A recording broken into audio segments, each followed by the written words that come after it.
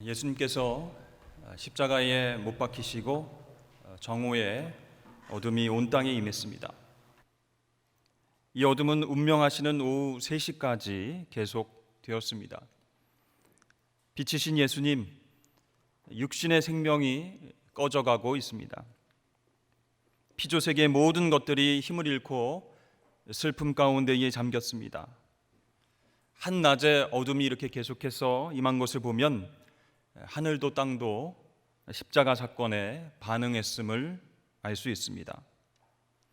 이렇게 모든 피조물들이 함께 슬퍼하는데 사람들은 왕이신 그분을 십자가에 못 박고 조롱했습니다.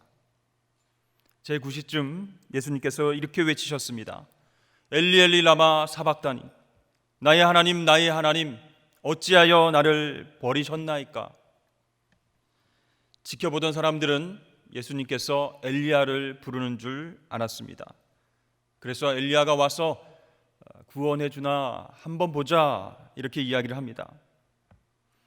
여러분, 예수님께 찾아온 고통은 육체적이고 정신적인 고통뿐만 아니라 더 힘들게 했던 것이 바로 영적인 고통입니다. 바로 하늘 아버지로부터 잠시 동안이지만 버림받게 되는 그런 아픔입니다. 그러나 예수님의 이 외침은 구약의 시편 22편 말씀, 그 말씀의 성취를 보여주고 있습니다. 내 하나님이여, 내 하나님이여, 어찌 나를 버리셨나이까? 어찌 나를 멀리하여 돕지 아니하시오며 내 신음소리를 듣지 아니하시나이까? 내 하나님이여, 내가 낮에도 부르짖고 밤에도 잠잠하지 아니하오나 응답하지 아니하시나이다. 이스라엘의 찬송 중에 계시는 주여, 주는 거룩하시니이다. 우리 조상들이 주께 의뢰하고 의뢰하였으므로 그들을 건지셨나이다. 그들이 주께 부르짖어 구원을 얻고 주께 의뢰하여 수치를 당하지 아니하였나이다. 아멘. 자, 하나님께 버림받은 고통에 부르짖는 이 시인이 마침내 구원을 얻게 된다라고 하는 말씀입니다. 그렇습니다. 우리는 엘리 엘리 라마 사박다니, 그 주님의 외침 속에서 예수님께서 십자가로 나아가신 것은 우연이 아니라 바로 하나님의 구원 계획이었음을 알게 되는 것입니다. 죄 없으신 하나님의 아들이 인류의 모든 죄를 전가받아서 십자가 위에서 하나님의 희생 제물이 되셨습니다. 그 피가 마음속에 큰 증거됩니다. 이런 찬송이 있죠. 예수님의 보혈이 우리를 살리셨습니다. 그 보혈의 능력은 2000년 전에 십자가 위에서 끝난 것이 아닙니다. 그때부터 영원히 유효한 능력인 줄로 믿습니다. 버스라고 하는 뮤지컬이 있습니다. 시골의 동네 사람들을 싣고 산길을 굽이굽이 돌아가던 중에 갑자기 버스 브레이크가 고장을 일으킵니다. 한쪽은 절벽이고요, 한쪽은 낭떠러지인 그 내리막길을 이리저리 기사가 잘 피해서 내려왔습니다. 하지만 계속 가다가는 틀림없이 차가 떨어질 수밖에 없는 너무나 긴박한 상황입니다. 그런데 이런 아찔한 순간에 다행히도 저 앞에 건초더미가 하나 보였습니다. 기사는 그렇게 생각했습니다. 살 곳은 바로 저기다. 이렇게 건초더미를 향해서 돌진하던 중 이 버스 기사는 그 앞에 선 한 아이를 발견합니다. 가만히 보니까 아이 하나가 자기를 향해서 미소를 띠면서 손을 흔들고 있습니다. 이 버스가 아이를 친다면 그는 틀림없이 죽고 말 것입니다. 그렇다고 이 아이를 피해서 가면 버스 안에 있는 7명의 승객들과 자신도 죽게 됩니다. 너무나 기막힌 상황이죠. 자, 여러분, 이럴 때에 만약 여러분이 기사라면 어떻게 하시겠습니까? 기상은 이 절박한 상황 가운데 마침내 결정을 내립니다. 승객 7명을 살리기로 작정합니다. 그래서 건초더미 앞에서 버스를 향해 손은 흔드는 그 아이를 치고 건초더미 속에 이 버스를 세우게 됩니다. 그로 인해서 7명의 승객들은 안전하게 생명을 건졌습니다. 하지만 이 버스에 치인 아이는 피투성이가 된 채로 생명이 끊어지게 되었습니다. 한 아이의 희생 때문에 기사를 포함한 8명이 구원을 받았던 것이죠.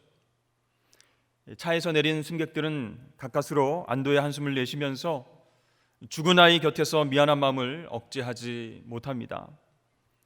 그런데 이 승객들은요, 나중에 충격적인 얘기를 듣게 됩니다. 자기들의 생명을 보호하기 위해서 그 버스 기사가 희생시킨 그 아이는 바로 그 기사의 친아들이었습니다. 이 기사는 7명을 살리기 위해서 사랑하는 자기의 아이를 희생한 것입니다. 여러분, 사랑하는 아들을 자기 손으로 치었을 때 그 기사의 마음이 어땠을까요? 여러분, 그 마음이 조금이라도 이해가 가십니까? 여러분, 그것이 바로 우리를 위해서 독생자를 희생시켜 주신 하나님 아버지의 마음인 줄로 믿습니다. 이 감동적인 뮤지컬 버스는 지어낸 얘기가 아니라 스위스에서 실제로 일어난 그런 실화입니다. 이 뮤지컬은 이런 노래로 마지막 막을 내리고 있습니다. 누군가가 사랑했기에, 누군가가 희생했기에 이제 우리는 새로운 삶을 살아갈 수 있습니다. 그렇습니다. 이 노래처럼 우리를 사랑하신 누군가가, 우리를 위해서 희생했던 누군가가 있었기에 오늘 우리가 이 자리에 있게 된 줄로 믿습니다.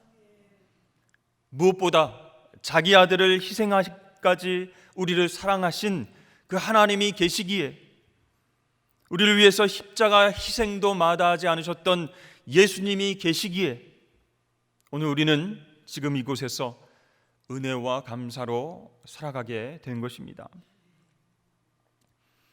여러분, 예수님께서 십자가에서 죽음을 맞이하셨을 때 어떤 일이 일어났습니까? 제일 먼저 성전의 휘장이 위로부터 아래까지 둘로 찢어졌습니다. 아래에서부터 위로 찢어진 것이 아닙니다. 엄청나게 크고 무거운 휘장이 위에서부터 아래로 찢어졌습니다. 그것은 사람이 한 것이 아니라는 거예요. 여러분 잘 아시지만 휘장은 성소와 지성소를 나누었던 그런 장막입니다. 휘장이 찢어져서 둘이 되었지만 이제 성소와 지성소는 하나가 되었습니다. 예수님의 죽으심으로 말미암아 모든 성도가 하나님의 거룩한 임재 앞으로 나아갈 수 있는 그러한 길이 열린 것이죠. 하나님과 인간의 그 막힌 담을 예수님께서 헐어버리심으로 그 관계를 화평케 하신 줄로 믿습니다. 이제 우리는요, 더 이상 하나님을 만나기 위해서 인간 제사장을 만나러 갈 필요가 없습니다. 소나 양 같은 희생 제물을 찾을 필요가 없습니다. 바로 내가 거룩한 제사장이 되어서 또 나를 하나님께 제물로 드리는 그런 영적인 예배가 가능하게 된 것입니다. 이렇게 예수 그리스도의 보혈을 의지하는 사람이라면 누구든지 하나님의 임재 앞으로 나아갈 수 있게 되었다. 그것이 얼마나 큰 은혜입니까? 얼마나 큰 사랑입니까? 예수님께서 운명하신 직후 두 번째로 땅이 진동하고 바위가 터졌습니다. 무덤들이 열리고 자던 성도가 일어났다라고 성경은 증거하고 있습니다. 이러한 초자연적인 사건들로 인해서 사람들은 두려워 떱니다. 그리고 옆에서 지켜보던 백부장과 군인들이 놀라면서 이렇게 고백하죠. 이는 진실로 하나님의 아들이었도다. 바로 전까지만 해도 십자가에서 예수님을 못 박고 희롱하던 로마 군병의 입에서 나온 그런 이야기입니다. 여러분, 이 사람들은요, 종교 지도자들이 아닙니다.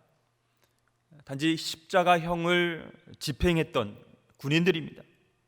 그런데 이들이 종교 지도자와는 달리 예수님이 어떤 분이신지 깨닫고 지금 신앙 고백을 하고 있습니다. 이것은 하나님께서 주시는 영적인 깨달음입니다. 십자가 운명 직후에 그 초자연적인 현상을 함께 목격한 많은 사람들이 다 이렇게 반응한 것은 아니기 때문입니다. 여러분, 오늘날 많은 사람들이 십자가를 어떻게 생각합니까? 기독교의 상징, 죽음의 상징, 어떤 액세서리 중 하나로 생각을 합니다. 그러나 여러분, 십자가는 어떤 상징, 심벌이 아니라 우리에게 구원을 주시는 하나님의 능력이 됨을 여러분 믿으실 수 있기를 바랍니다. 한 군병이 창으로 예수님의 옆구리를 찔렀을 때 곧 피와 물이 흘러나왔다라고 이야기합니다. 주님께서 피 흘려주심으로 우리는 내 노력이 아닌 하나님의 은혜로 의롭게 하심을 입게 되었습니다. 그 피로 인해서 우리는 위치적 성화를 얻게 되는 것입니다. 여러분, 위치적 성화라고 하는 말은요, 우리를 위해서 이루신 예수님의 사역을 통해서 얻게 된다는 거예요. 죄인에서 이제 하나님의 자녀로 그 위치가 바뀌었다라는 겁니다.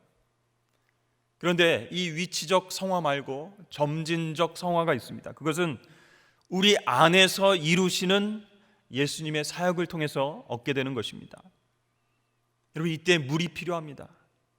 왜 물이 필요할까요? 요한복음 7장 말씀에 보면 나를 믿는 자는 그 배에서 생수의 강이 흘러 넘치리라 말씀하셨습니다. 그 생수의 강, 물, 그것은 무엇을 뜻할까요? 바로 성령님을 뜻합니다. 따라서 이 점진적 성화는 예수 믿고 구원받은 하나님의 자녀가 이 성령님을 통해서, 이 안에서 역사하시는 그 성령님을 통해서 계속 예수님을 닮아가는 성장과 변화의 역사라는 겁니다. 예수 보혈의 피로 구원은 받았지만 변화를 싫어하는 사람, 그런 사람은 성장과 성숙이 멈추게 되는 거예요. 피는 받아들이지만 물은 간과하는 사람이 있다는 거예요. 구원은 받고 싶지만 변화는 원하지 않는 그런 사람들이 있다는 겁니다. 또 반대로 물은 받아들이지만 예수의 피를 간과하는 사람이 있습니다. 예수님을 위해서 뭔가 바쁘게 뭔가 일을 많이 하지만 예수님과는 화목한 관계를 이루지 못하고 살아가는 사람이 있다는 것이죠. 사랑하는 여러분, 우리는 이 십자가 사건을 통해서 하나님께서 이루어 주신 엄청나고 놀라운 구원의 역사를 지금까지 지켜보았습니다. 또한 영적 예배가 가능하게 되었음도 경험하고 있습니다. 문제는 우리가 구원받은 이후에, 즉 피로 하나님의 자녀가 된 우리가 이제는 물로, 성령으로 변화와 성장 가운데로 나아가야 할 줄로 믿습니다. 예수님께서 나의 죄를 위해서 죽으셨다라고 하는 어떤 지적 동의 말고 정말 나의 자아를 십자가에 못 박고 물의 역사, 성령의 역사로 매일매일 새로워지는 점진적인 성화가 우리의 삶 가운데 있어야 할 줄로 믿습니다. 여러분, 예수님께서 그것을 위해서 십자가에서 죽으신 거예요. 그 죽음이 헛된 것이 되지 않기 위해서는 우리는 성령 하나님의 역사에 순종함으로 매일매일 성숙함으로 나아가야 한다는 것이죠. 여러분, 어떻게 그것이 가능합니까? 매번 힘들 때마다, 기쁠 때마다 매번 온전케 하시는 예수님을 바라봄으로, 십자가의 능력을 의지함으로 그렇게 우리는 변화로, 성장으로 나아가게 된다는 것입니다. 사랑하는 여러분, 그렇게 온전케 하시는 예수님을 매일 바라보시는, 그래서 변화와 성숙으로 나아가시는 저와 여러분 되시길 주의 이름으로 축복합니다.